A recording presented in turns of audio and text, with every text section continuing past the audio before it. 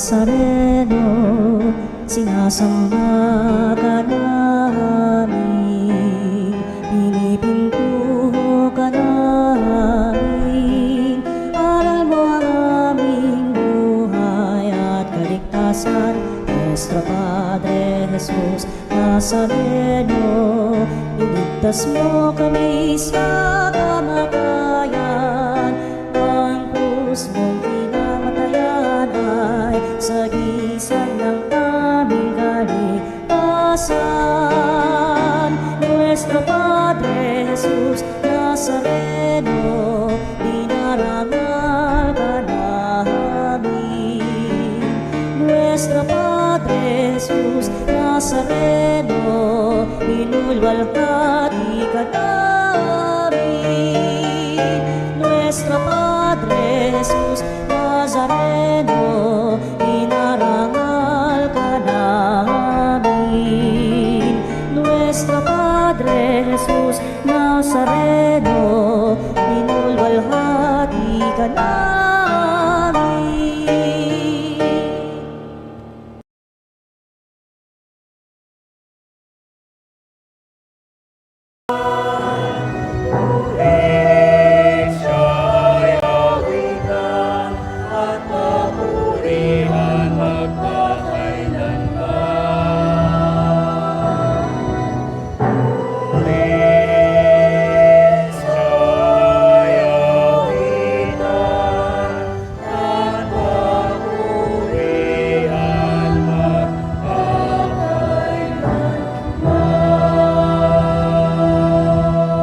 Sa ngalan ng Ama at ng Anak at ng Espiritu Santo. Amen. Sumainyo ang Panginoon. At sumaiyo rin. Mga kapatid, ang pagdiriwang ng banal na Eucharistia ay pasasalamat natin sa Panginoon na siyang nagbibigay sa atin ng buhay na walang hanggan.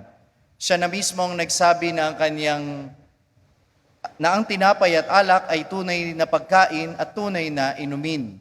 Kaya taglay ang pananalig na ito, sama-sama tayong lumapit sa dambana ng Panginoon.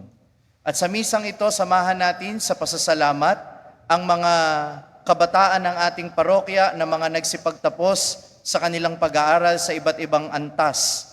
Sana ay sa pamamagitan ng edukasyon, marami pa tayong mga kabataan na hindi lang umunlad sa karunungan kundi sa kabanalan. Upang maging marapat tayo sa banal na pagdiriwang, pagsisihan natin ang mga nagawang kasalanan.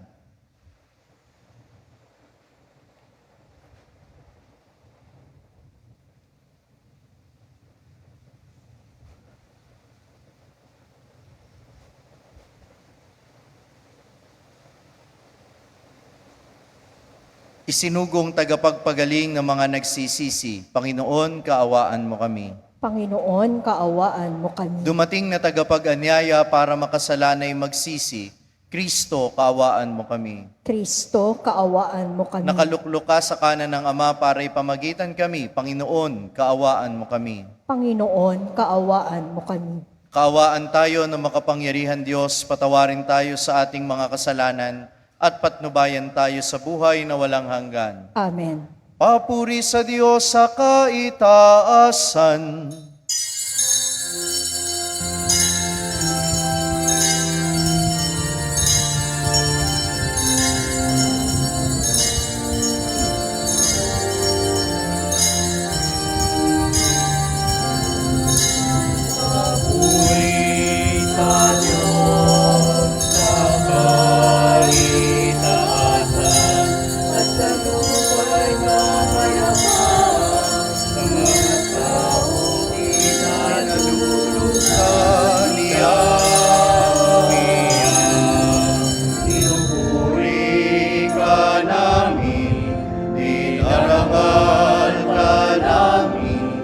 Sinasamba ka namin, ipinagpupunyi ka namin.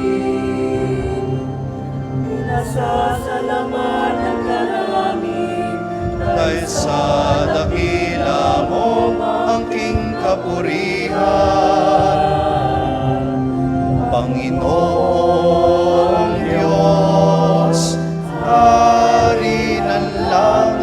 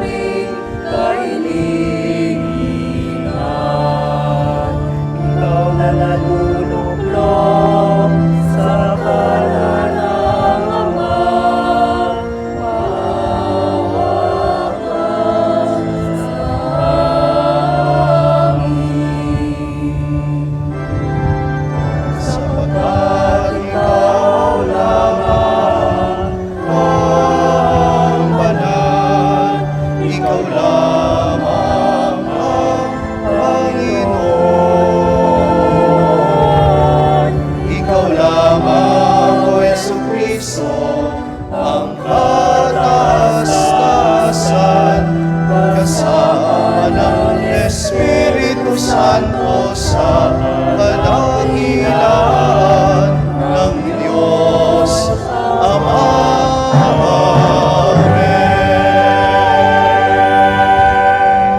Manalangin tayo. Ama naming makapangyarihan, lingid sa aming paningin ang mga inihanda mo para sa mga nagmamahal sa iyo. Padaluyin mo sa amin ang agos ng iyong pag-ibig upang sa pagmamahal namin sa iyo ng higit, makamta namin ang iyong pangakong hindi malirip na hindi pa sumasagi sa isip namin o panaginip.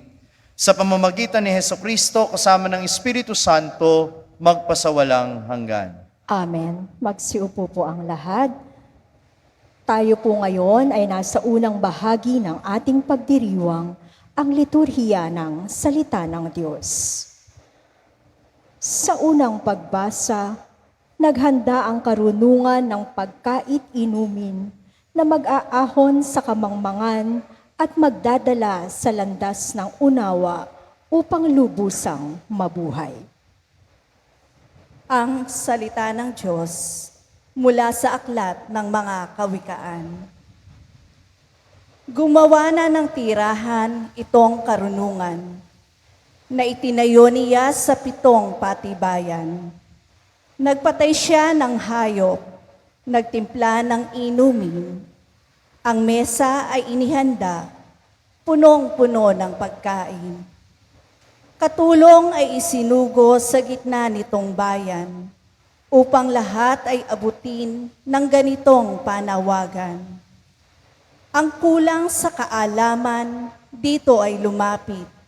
Sa mga walang muwang, ay ganito ang sinambit. Halikayo't inyong kainin ang pagkain ko, at tunggain ang inuming inilaan ko sa inyo.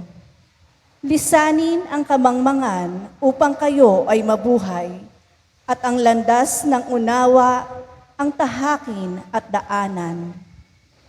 Ang salita ng Diyos. Salamat sa Diyos. Salmong tugunan. Magsumikap tayong kamtin ang Panginoong butihin. Tayo pong lahat, magsumikap tayong kamtin ang Panginoong butihin. Panginoon ay aking laging pupurihin. Sa pasasalamat, di ako titigil. Aking pupurihin kanyang mga gawa, kayong naaapi, makinig matuwa. Magsumikap tayong kamtin ang Panginoong butihin. Matakot sa puon. Kayo, kanyang bayan, nang makamtan ninyo ang lahat ng bagay. Kahit mga leyon ay nagugutom din, sila'y nagkukulang sa hustong pagkain. Ngunit ang sinuman ang puon ang susundin, sa anumang bagay hindi kukulangin. Magsumikap tayong kamtin ang Panginoong butihin. Lapit ako'y dinggin mga kaibigan, at kayo ngayon ay aking tuturuan, na ang Diyos ay dapat nating katakutan. Ang buhay masaya at mahabang buhay, di ba ninyo gustong inyong maranasan?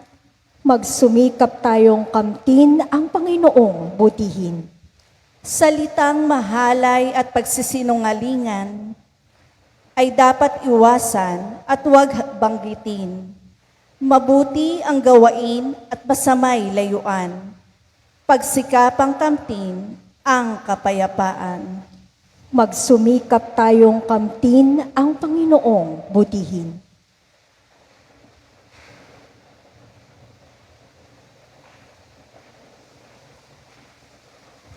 Sa ikalawang pagbasa, hinihikayat ni Apostol San Pablo ang lahat na mamuhay tulad ng mga matatalino na umuunawa sa kalooban ng Panginoon at ginagamit ang bawat pagkakataong makagawa ng kabutihan.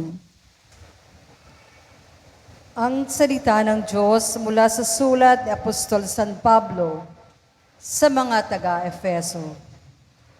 Mga kapatid, ingatan ninyo kung paano kayo mamumuhay. Mamuhay kayong tulad ng matatalino at di tulad ng mga mangmang, sapagkat masama ang takbo ng daigdig.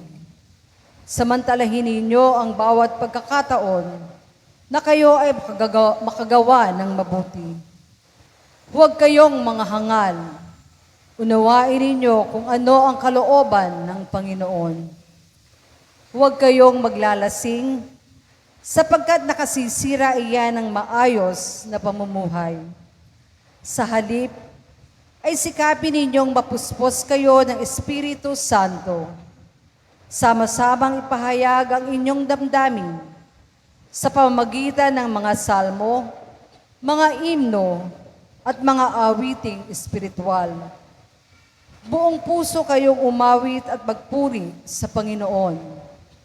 Lagi kayong magpasalamat sa Diyos at Ama dahil sa lahat ng bagay, sa pangalan ng ating Panginoong Hesukristo. Ang salita ng Diyos. Salamat sa Diyos.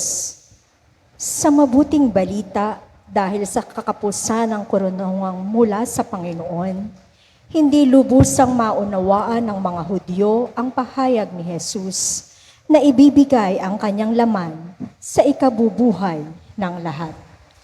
Magsitayo po ang lahat, tayo po ay magbigay galang sa mabuting balita ng Panginoon.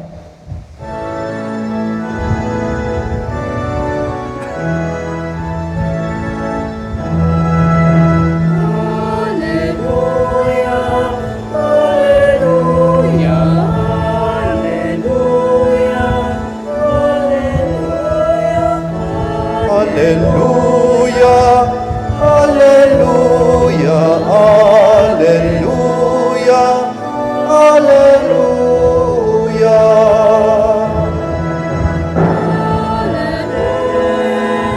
Hallelujah, hallelujah, hallelujah, hallelujah, hallelujah, hallelujah, hallelujah.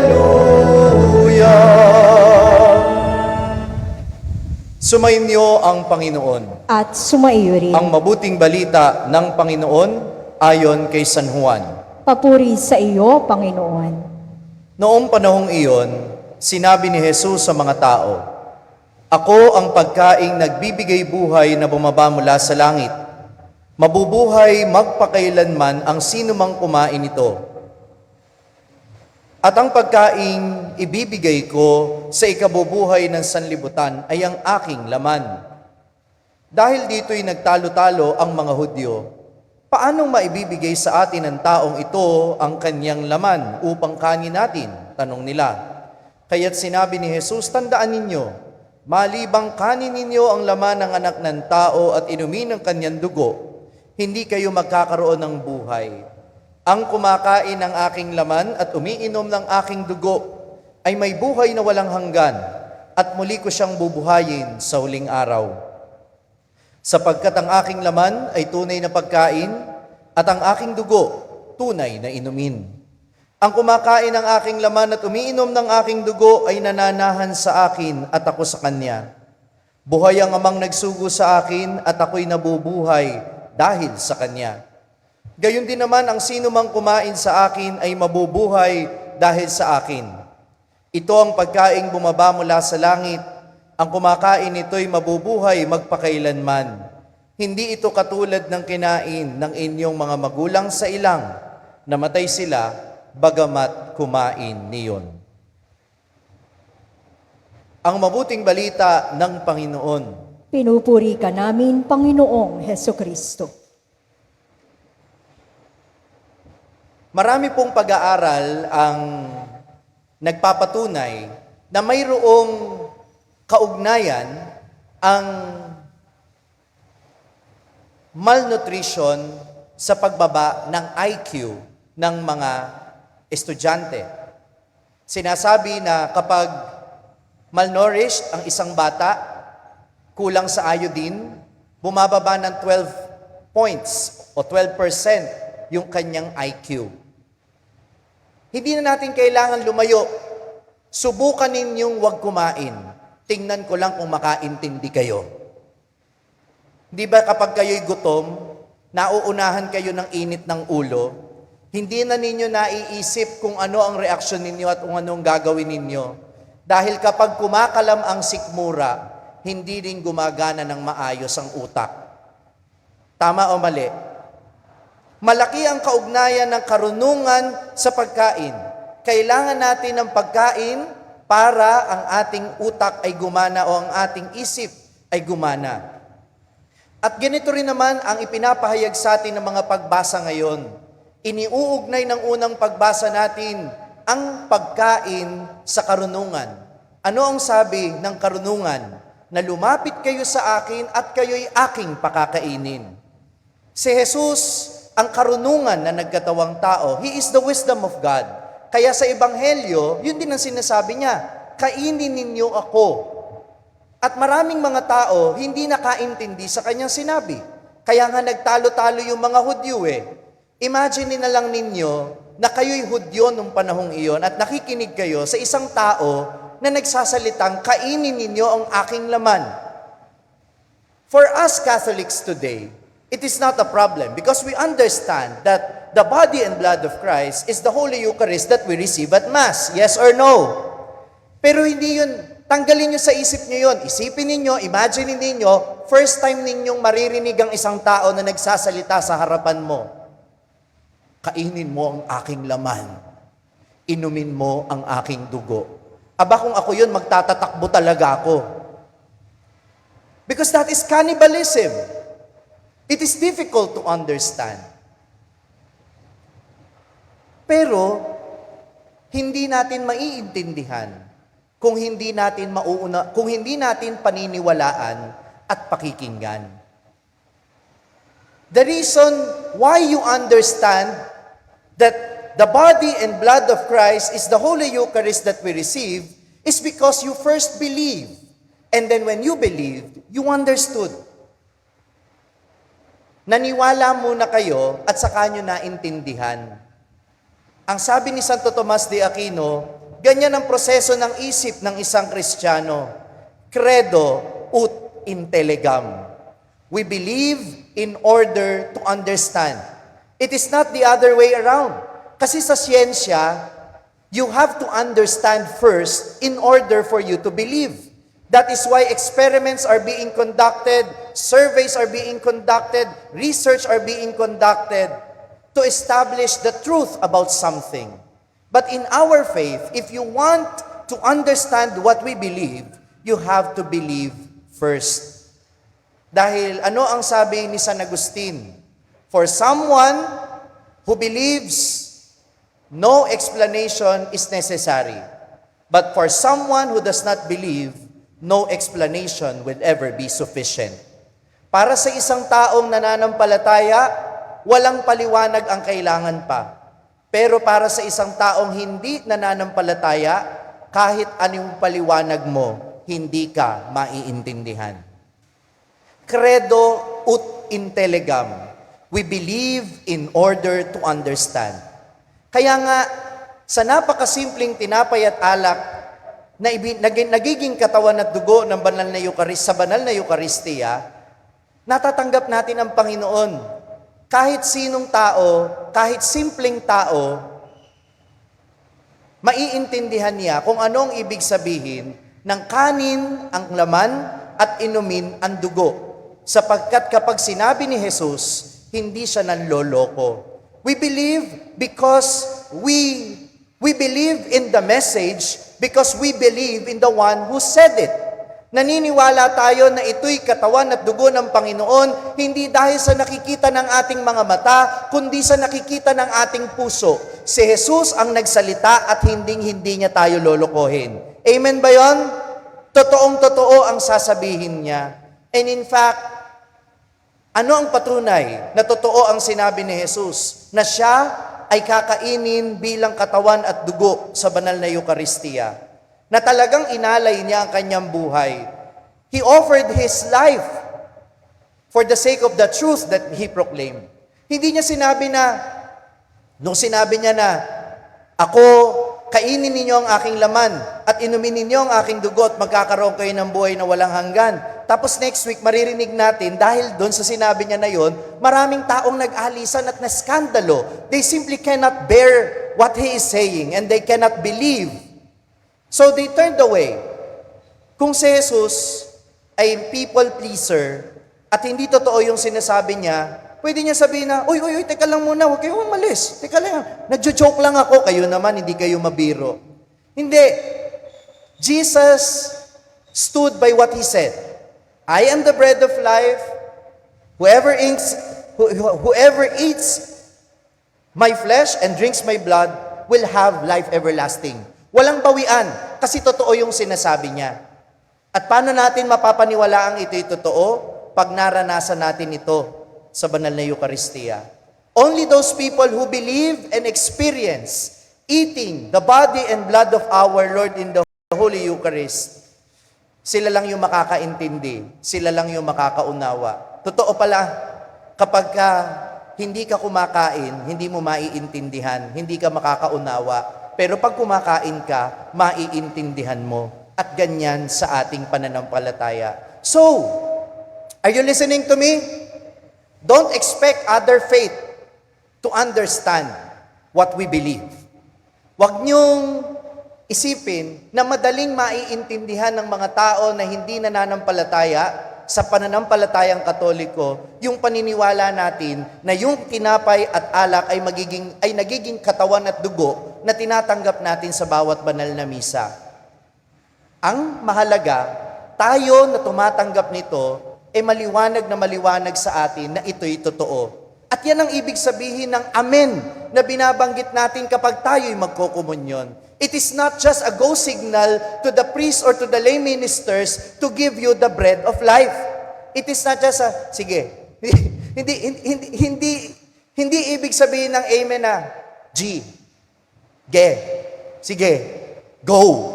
Hindi. Anong ibig sabihin ng amen? Na pag sinabi ng pari, katawan ni Kristo, naniniwala ka, si Jesus ang tinatanggap mo. And if you are convinced that it is Jesus, you will prepare yourself to receive Jesus.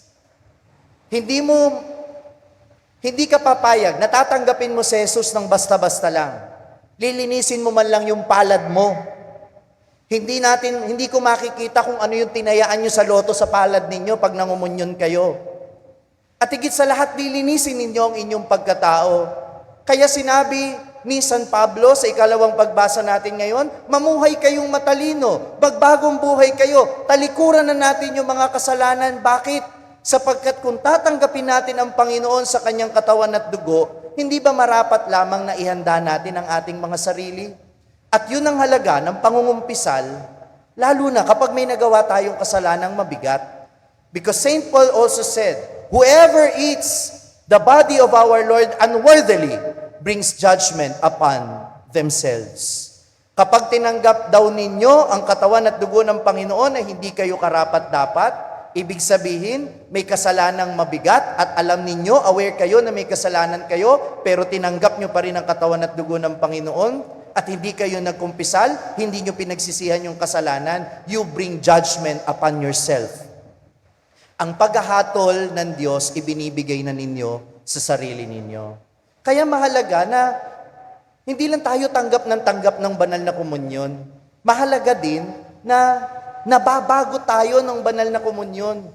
We do not receive the Holy Communion just for the sake of a religious practice. Nakasanayan ko na po na kapag magsisimba ko, pipila ko, makikikain ako. Wala namang ire-reject Wala namang pong protocol officer na sasabihin, nangumpisal hindi, doon. Nangumpisal hindi, doon. Wala namang ganun Lahat naman tinatanggap. Pero ang tanong, hanggang saang level ang pagtanggap mo sa Panginoon?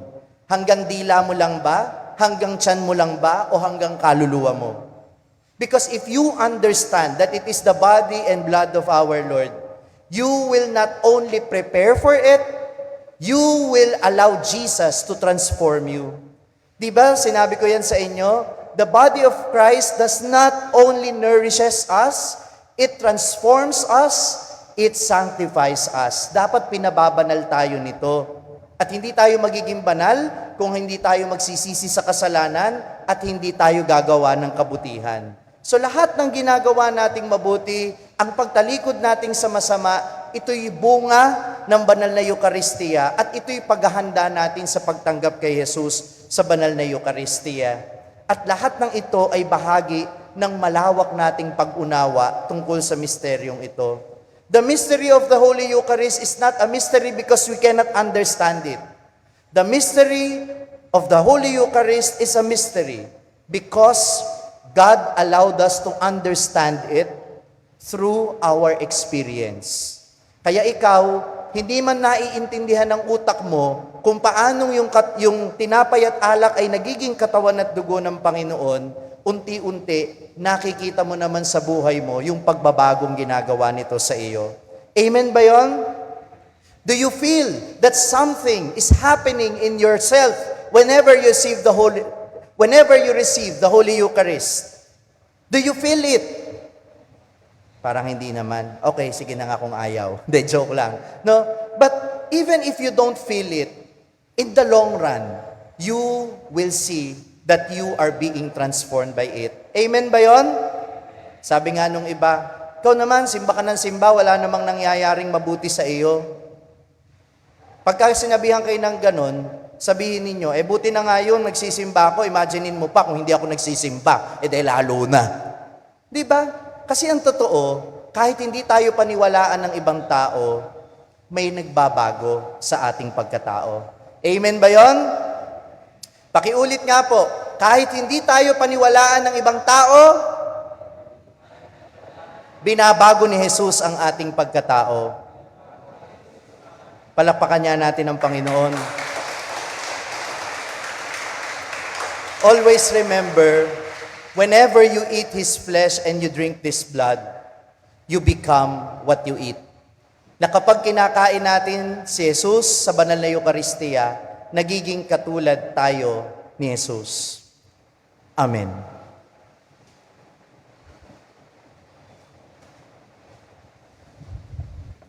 Magsitayo po ang lahat. Sumasampalataya ako sa Diyos amang makapangyarihan sa lahat, na may gawa ng langit at lupa. Sumasampalataya naman ako kay Jesucristo, iisang anak ng Diyos, Panginoon nating lahat. Nagkatawang tao siya, lalang ng Espiritu Santo, ipinanganak ni Santa Maria ang Birhen, pinagpakasakit ni Poncio Pilato, ipinako sa krus sa matay inilibing, nanaog sa kinaroroonan ng mga yumao.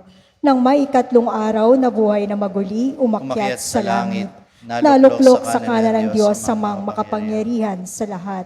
Doon magmumulang paririto at maghuhukom sa nangabubuhay at nangamatay na tao. Sumasampalataya naman ako sa Diyos Espiritu Santo, sa banal na simbahang katolika, sa kasamahan ng mga banal, sa kapatawaran ng mga kasalanan, sa pagkabuhay na maguli ng nangamatay na tao, at sa buhay na walang hanggan. Amen. Tumalangin tayo sa Panginoon, ang ating itugon sa bawat panalangin. Amang buhay, dinggin ang aming panambitan. Amang buhay, dinggin ang aming panambitan. Para sa mga pari ng simbahan, upang maidulot nila ang Eucharistia bilang pagkaing nagbibigay buhay na walang hanggan, manalangin tayo sa Panginoon. Amang buhay, dinggin ang aming panambitan. Para sa mga napatatangay sa masamang takbo ng daigdig, upang ang pagsasalo sa banal na piging ang mapagnugbalik sa kanila sa landas ng Panginoon, manalangin tayo sa Panginoon. Amang buhay, dinggin ang aming panambitan. Para sa mga di na dumadalo ng banal na pagdiriwang at di na rin nagkukumunyon, upang muling mapukaw sa kanila ang pagpapahalaga kay Jesus, ang pagkain ng buhay, manalangin tayo sa Panginoon. Ama ng buhay, dinggin ang aming panalangin. Para sa ating lahat, upang ang pagsasalo natin sa katawan at dugo ni Jesus ay magdulot sa atin ng lubos na pananahan sa Kanya at sa Ama, manalangin tayo sa Panginoon. Amang buhay, dinggin ang aming panambitan. Para sa mga yumao, upang ang pagkain ng laman at pag-inom ng dugo ng Panginoon ay maghatid sa kanila sa buhay na walang hanggan. Manalangin tayo sa Panginoon. Amang Panginoon, buhay, dinggin ang aming panambitan. Isama natin sa ating panalangin ang intensyon ng mga nagpamisa, ang intensyon ng ating mga kabataan at ng kanilang mga magulang na nagsipagtapos at ating pararangalan mamaya. Gayon din ang ating mga personal na intensyon.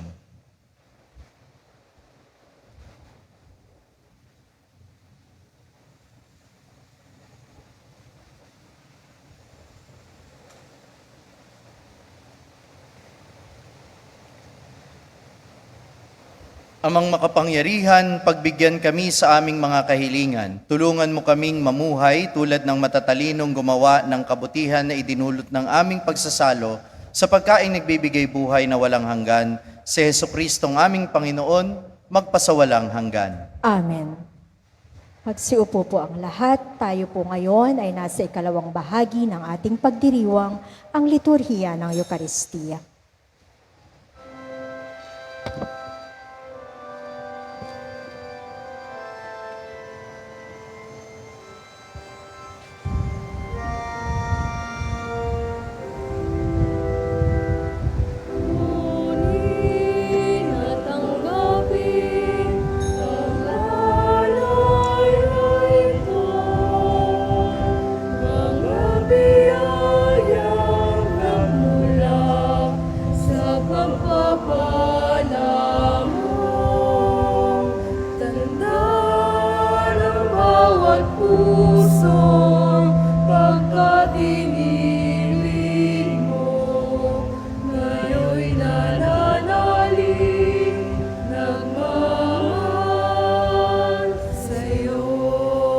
Manalangin kayo mga kapatid upang itong ating paghahain ay kalugdan ng Diyos Amang makapangyarihan. Tanggapin nawa ng Panginoon itong paghahain sa iyong mga kamay, sa kapurihan niya at karangalan sa ating kapakinabangan at sa buong sambayanan niyang banal. Ama naming lumikha, tanggapin mo ang mga alay upang maganap ang pagpapalitan ng iyong kaloob at ng aming handog sa aming paghahain na iyon na ring ibinigay para kami maging marapat na iyong paunlakan sa pamamagitan ni Jesucristo, kasama ng Espiritu Santo, magpasawalang hanggan. Amen. Sumainyo ang Panginoon. At sumaiyo Itaas sa rin. Diyos ang inyong puso at diwa. Itinaas na namin sa Pasalamatan Panginoon. natin ang Panginoong ating Diyos. Marapat na siya ay pasalamatan. Ama naming makapangyarihan, tunay ngang marapat na ikaw ay aming pasalamatan. Sa pamamagitan ni Jesucristo na aming Panginoon, siya ang talagang dakila at lagi mong ikinalulugod na paring naghahain para sa sansinukob. Nitong pag-aalay na tangi mong ibinukod, ang pagdiriwang sa huling hapon ay paghahain niya para sa tanan, upang alalahanin namit pagsaluhan. Ang laman niya'y inihain upang ang lahat ay buhayin. Ang dugo niya'y dumanak ng lahat ay mapatawad. Kaya kaysa ng mga anghel na nagsisiawit ng papuri sa iyo ng walang humpay sa kalangitan, kami nagbubunyi sa iyong kadakilaan.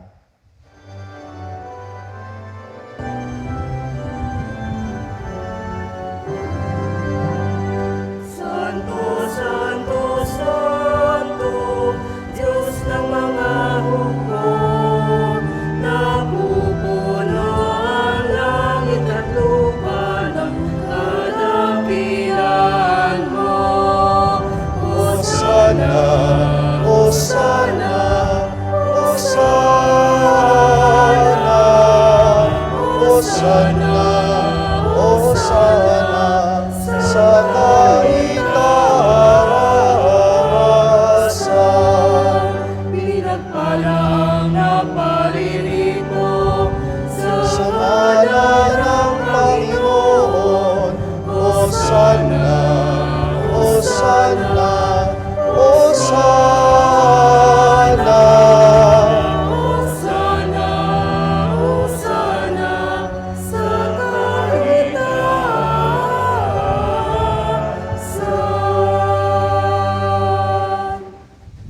Ama naming banal, ikaw ang bukal ng tanang kabanalan, kaya't sa pamamagitan ng iyong Espiritu, gawin mong banal ang mga kaloob na ito, upang para sa amin ay maging katawan at dugo ng aming Panginoong Hesukristo. Bago niya pinagtiis ang kusang loob na maging handog, hinawakan niya ang tinapay, pinasalamatan kaniya, pinaghati-hati niya yun, iniabot sa kanyang mga alagad at sinabi, "Tanggapin ninyong lahat ito at kanin. Ito ang aking katawan na ihahandog para sa inyo."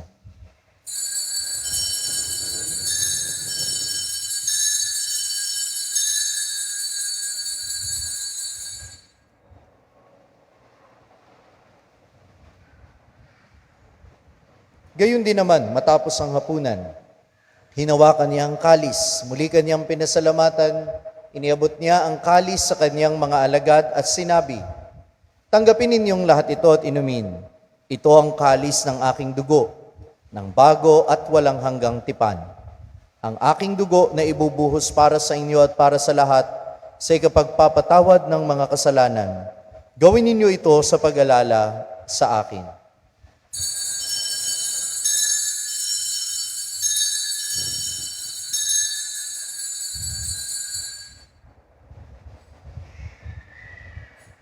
Ipagbunyi natin ang misteryo ng pananampalataya.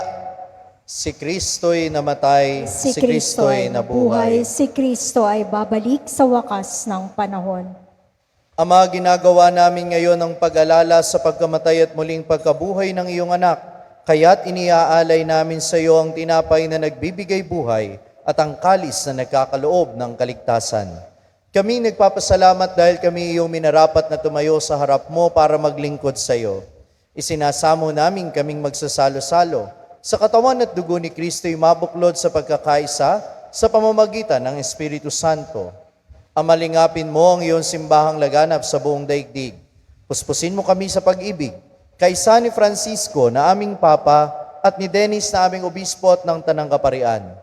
Alalahanin mo rin ang mga kapatid naming nahimlay na may pag-asang sila'y muling mabubuhay, gayon din ang lahat ng mga pumanaw. Kaawaan mo sila at patuloyin sa iyong kaliwanagan. Kaawaan mo at pagindapatin kaming lahat na makasalo sa iyong buhay na walang wakas, kaisa ng mahal na Birheng Maria na ina ng Diyos, ang kanyang kabiyak ng puso si San Jose, kaisa ng mga apostol at ng lahat ng mga banal na namuhay dito sa daigdig ng kalugod-lugod sa iyo. May pagdiwang nawa namin ang pagpupuri sa ikararangal mo sa pamamagitan ng iyong anak na aming Panginoong Hesukristo. Sa pamamagitan ni Kristo, kasama niya at sa Kanya, ang lahat ng parangal at papuri ay sa iyo, Diyos amang makapangyarihan, kasama ng Espiritu Santo, magpasawalang hanggan.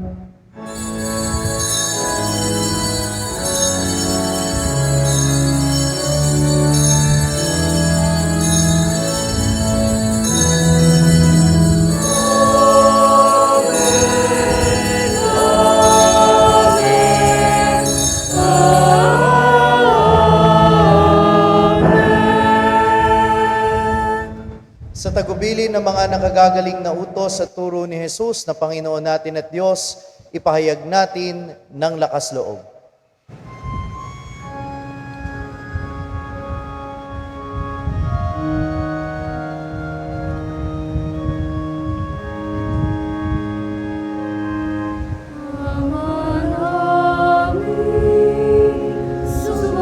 Sumasalangit ka, sambahin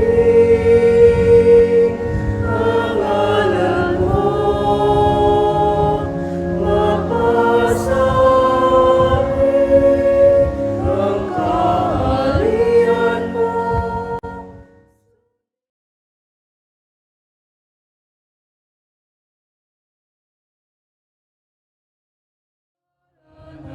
Sa langit, bigyan mo kami ngayon ng aming kakanin sa araw-araw at patuloy mo kami sa aming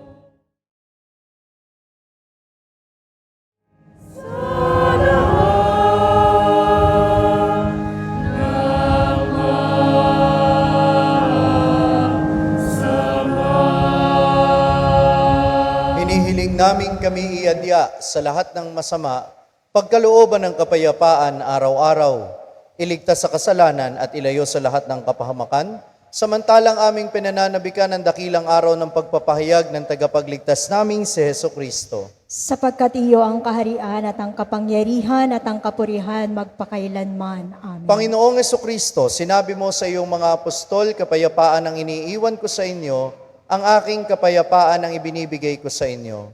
Tungayan mo ang aming pananampalataya at huwag ang aming mga pagkakasala. Pagkalooban mo kami ng kapayapaan at pagkakaisa ayon sa iyong kalooban, kasama ng Espiritu Santo, magpasawalang hanggan. Amen. Ang kapayapaan ng Panginoon ay laging nawang sumainyo. At sumaiyo rin. Magbigayan kayo ng kapayapaan sa isa't isa.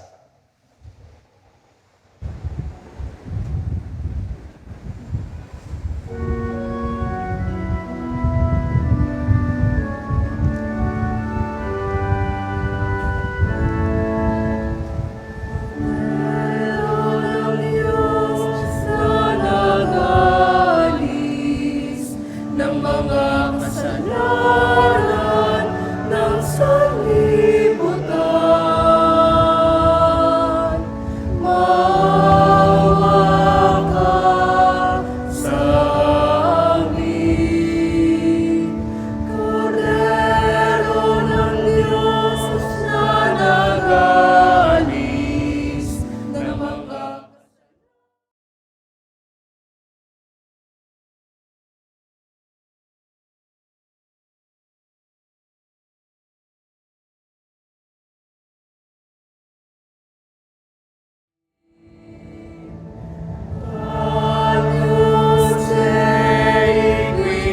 Quitonis, pecatahuti, dona nobis pacem, dona nobis pacem, dona nobis pacem.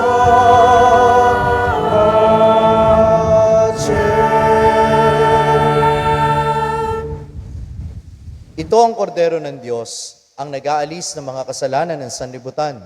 Mapalad ang mga inaanyayahan sa kanyang piging. Panginoon, hindi ako karapat-dapat na magpatuloy sa iyo, ngunit sa isang salita mo lamang ay gagaling na ako.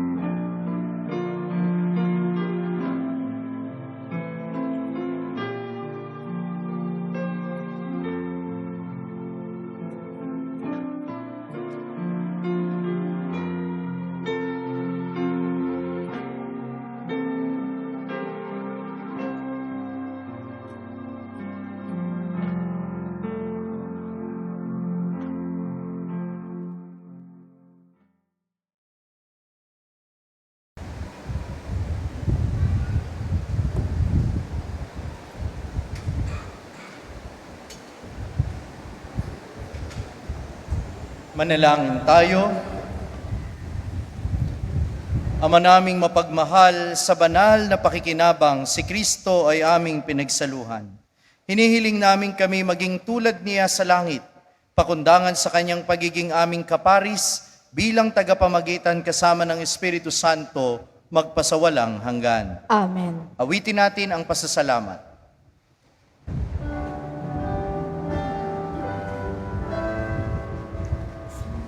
Salamat, Panginoon, salamat. Salamat, salamat sa iyo. Salamat sa nakaraang linggo. Salamat sa mga biyaya mo. Langit sa'yo ay pagpalain, ang darating sa aming isang linggo, upang dito kami ay magkatipon para magpasalamat sa iyo. Salamat, Panginoon. Salamat. Maraming salamat po sa lahat ng mga naglingkod sa ating dambana, sa lahat ng mga nagpamisa, at sa lahat po ng nagsimba, lalo na yung mga dayo galing sa iba't ibang lugar. Taas nga po ang kamay ng mga pilgrims natin ngayon na nagsimba, kung meron po. Palakpakan po natin sila.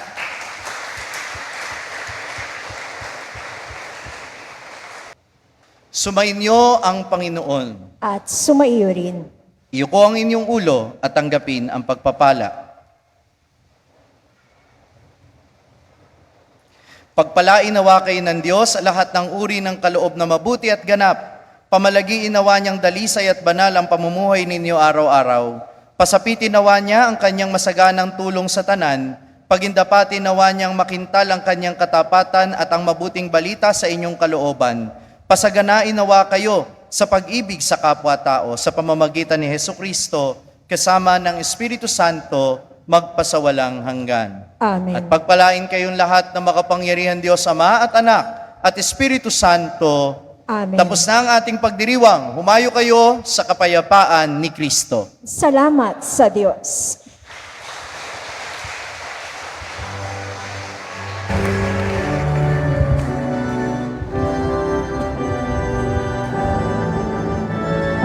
Nuestra Señora del Carmen, mahal na ina namin, patron ng mga kasaysayan, simbahan ng maraswain, pagpalain mo po ang parokya, gabayan ang aming pamilya, turuan mo kami lubos na magmahal, nakapal ng awan, kami ay patnubayan sa aming pagdarapon.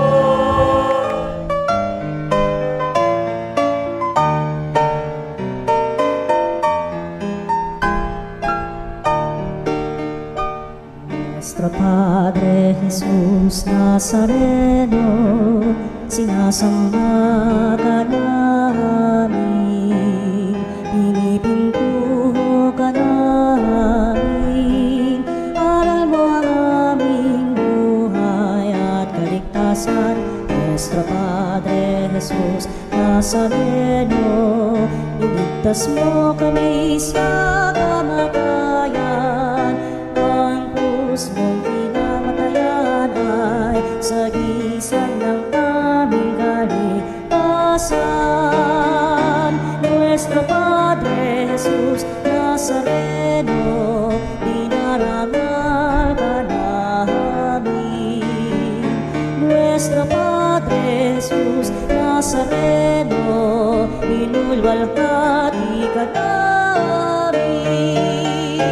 Nuestro Padre Jesus Nazareno, inarangal ka namin. Nuestro Padre Jesus Nazareno, Nazareno, inulwalhati ka na